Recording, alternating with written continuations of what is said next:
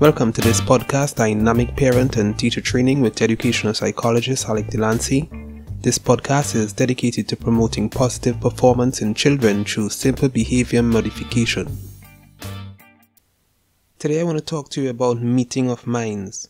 You see, it's very important that both teachers and parents work together so as to have the child develop in a meaningful way.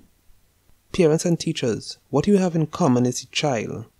You are responsible, both of you are responsible for contributing to the child's mental growth, that child's ability to reason and learn.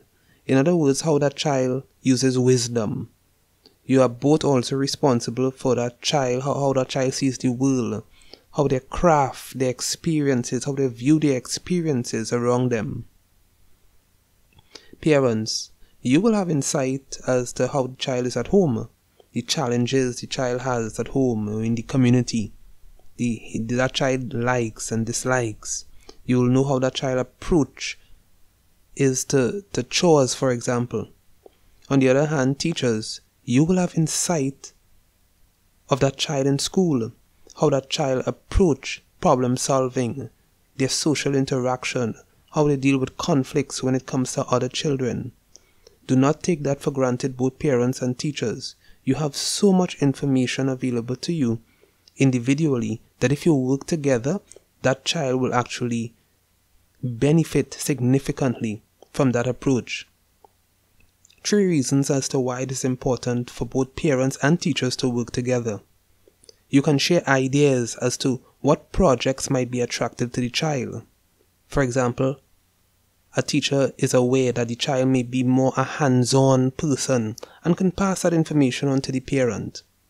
The parent may recognize that the child takes maybe a little time to get tasks done, but when they focus for that time period, the task is completed very well. Now that information could be passed on to the teacher. So if the teacher is giving, let's say, 5 or 10 minutes to complete a task, but for the child to complete it adequately, that child will need at least 15 minutes. That information could be passed on to the teacher. In that way, the teacher doesn't think that that child is wasting time. Another area has to do with developing disciplinary strategies. When there's collaboration with both parents and teachers in developing disciplinary strategies, you reduce the stress level or the anxiety level on the child.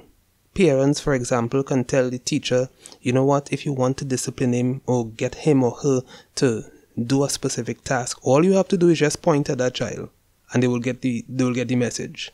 Now that is meaningful because the teacher now will not have to raise their voice, scream, hit the desk, lose control, because they now understand how to get that particular child to get a task done.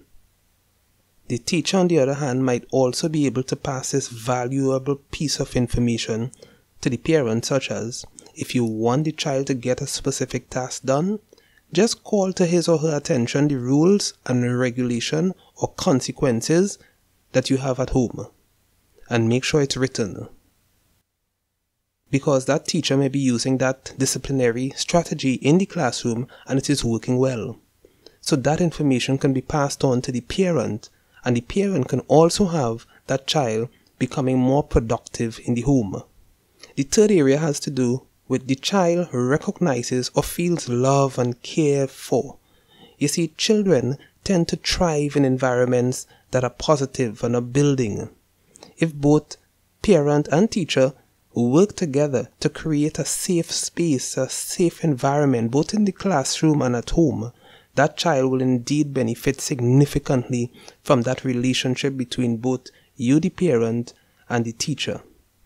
I hope this content was valuable to you. So all the best and take care. Music in this podcast, Zigzag and Exit the Premises, was brought to you by Kevin MacLeod of Incompetech.com.